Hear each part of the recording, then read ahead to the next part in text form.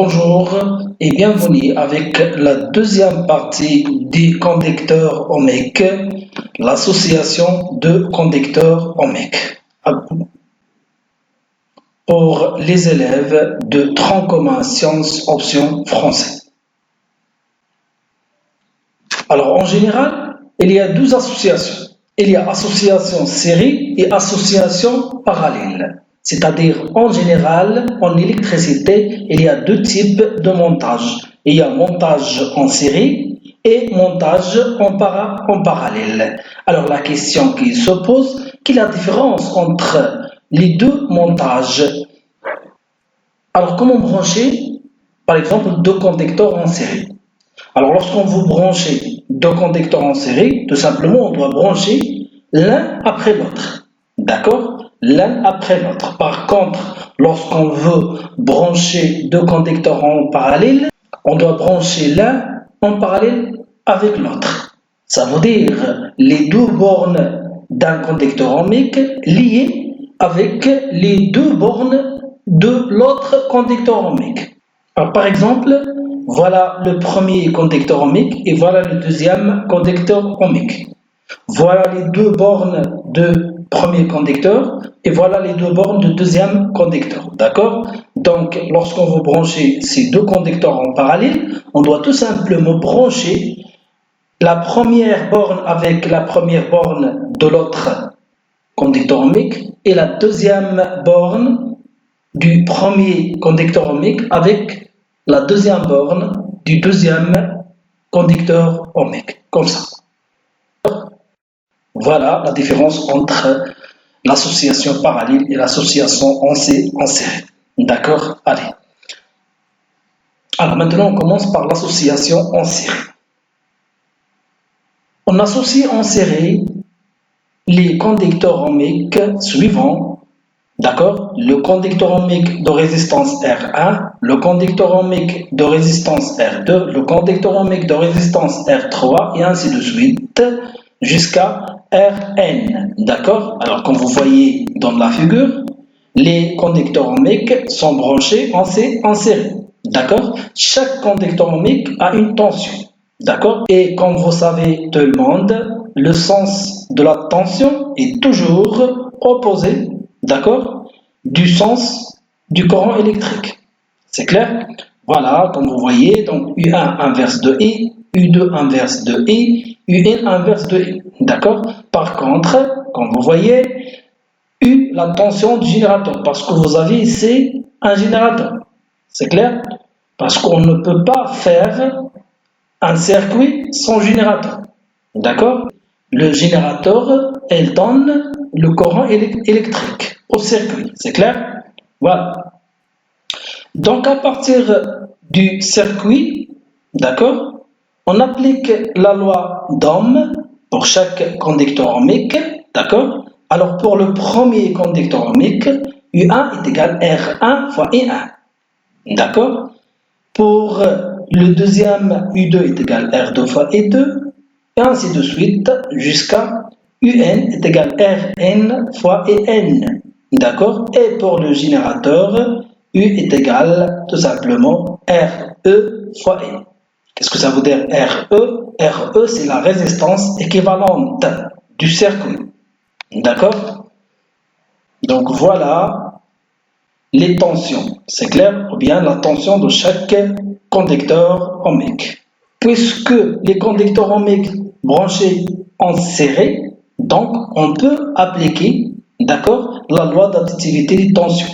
Elle s'écrit la tension aux bornes de tous les éléments branchés en série, d'accord, est égale à la somme de toutes les tensions, d'accord. Ça veut dire la tension U est égale à la tension U1 plus la tension U2 plus la tension U3, U4, U5 et ainsi de suite jusqu'à la tension UN. D'accord? Donc voilà la loi d'additivité des tensions. Et on a vu aussi dans le cas du circuit serré, l'intensité du courant électrique, elle ne change pas. D'accord? Dans tous les points du circuit. Ça veut dire l'intensité principale I est égale l'intensité I1 est égale l'intensité I2 est égale l'intensité I3 et ainsi de suite est égale l'intensité IN. Attention, dans tous les points du cercle. C'est clair?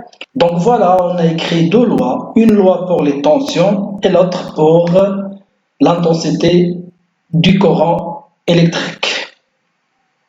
Alors d'après la loi d'additivité des tensions, ça veut dire l'expression précédente, d'accord? La tension aux bornes du générateur est égale U1 plus U2 plus U3 jusqu'à UN, d'accord?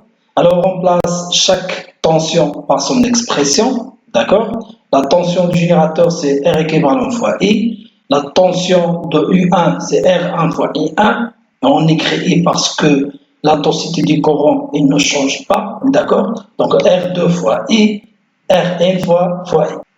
Donc maintenant on peut simplifier par l'intensité du courant électrique, d'accord, parce qu'on a ici I et on peut factoriser ici par I, d'accord. Donc tout simplement on trouve R équivalent est égal R1 plus R2 plus jusqu'à Rn, d'accord.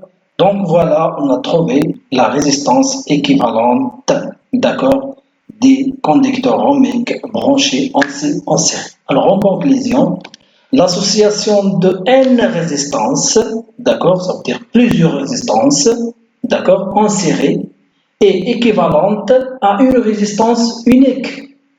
Notez R équivalent, tel que R équivalent est égal R1 plus R2 plus R3 plus R jusqu'à Rn. D'accord? Alors par exemple, lorsque vous avez deux conducteurs ohmiques, on peut écrire R équivalent est égal R1 plus R2. Si vous avez trois conducteurs ohmiques, on peut écrire R équivalent est égal R1 plus R2 plus R3. Et ainsi de suite. D'accord? Alors on peut généraliser cette expression. D'accord? On peut écrire R équivalent est égal à la somme de 1 jusqu'à n résistances, d'accord? Ou bien on peut utiliser la conductance G, d'accord? Sachant que la résistance est égale à l'inverse de la conductance, d'accord? Ça veut dire R est égal à 1 sur G, ou bien G est égal à 1 sur R, d'accord? Alors en remplaçant R par 1 sur G, on trouve tout simplement R équivalent 1 sur G équivalent est égal à la somme de 1 jusqu'à N de 1 sur G. D'accord? Alors cette relation utilisée pour les solutions. D'accord? Les solutions chimiques. Et vous allez voir la conductance dans l'année prochaine, Inch'Allah, en chimie. D'accord? Ça veut dire pour le cas des solutions chimiques. Alors maintenant, on va dessiner, d'accord, le circuit équivalent, d'accord, de notre circuit. C'est clair? Alors voilà notre circuit. C'est clair? Alors, le circuit équivalent est suivant. D'accord? Donc voilà le circuit équivalent de notre circuit. Ça veut dire qu'on a remplacé R1, R2, Rn, d'accord, qui sont branchés en série par la résistance équivalente. Et on a écrit tout simplement U. C'est clair? U est égal à UAC, bien sûr. D'accord? Donc voilà le circuit équivalent de notre circuit. Bien sûr, on a ici un générateur. Il faut faire attention. D'accord? Chaque circuit contient un générateur. C'est clair? Alors maintenant, on passe à la deuxième association. D'accord? Ça veut dire l'association en parallèle. D'accord? Allez. Alors, je considère le circuit suivant, d'accord, qui contient n conducteurs ohmiques de résistance R1, R2, R3 jusqu'à Rn, d'accord? Alors, l'intensité du courant principal, c'est I, ça veut dire l'intensité du courant du générateur, parce que vous avez ici un générateur, d'accord? Vous avez ici deux nœuds, Ça veut dire notre intensité du courant électrique va distribuer sur tous les conducteurs ohmiques, d'accord? Pour R1 et 1, pour R2 et 2, pour R3 et 3, et pour Rn et n, d'accord? Dans le nœud d'entrée, il y a l'intensité I, d'accord? Qui est distribuée sur les conducteurs ohmiques. Et dans le nœud de sortie, il y a aussi l'intensité du courant I. D'accord? Voilà. Alors maintenant, on va dessiner les tensions. D'accord? Ça veut dire la tension de chaque conducteur ohmique. Et bien sûr, la tension du générateur. Donc voilà la tension du générateur. Alors, comme vous savez, le générateur est un dipôle. Mais est-ce qu'il est passif ou bien actif? Bien sûr, elle est active, d'accord? Parce qu'elle produit le courant électrique, d'accord? Allez, donc la tension du générateur a le même sens que l'intensité du courant électrique. Mais pour le cas du conducteur ohmique, R1, U1 de sens inverse de I1, U2 de sens inverse de I2 et UN de sens inverse de IN. Ok? Allez. Alors maintenant, on va tout simplement appliquer la loi d'Ohm pour chaque conducteur ohmique. Donc pour R1, U1 est égal à R1 fois I1, d'accord? Et on va trouver l'expression de I1, d'accord? Ça veut dire I1 est égal à U1 sur R1.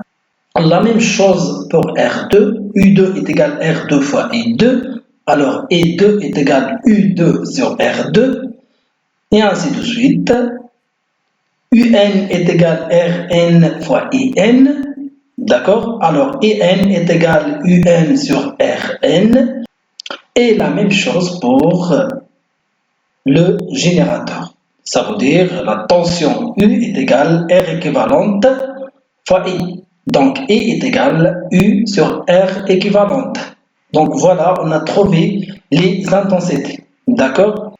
Et vous savez bien que dans le cas de circuit parallèle, d'accord, la tension du générateur est égale à la tension de R1 est égale à la tension de U2 est égale à la tension de UN. D'accord?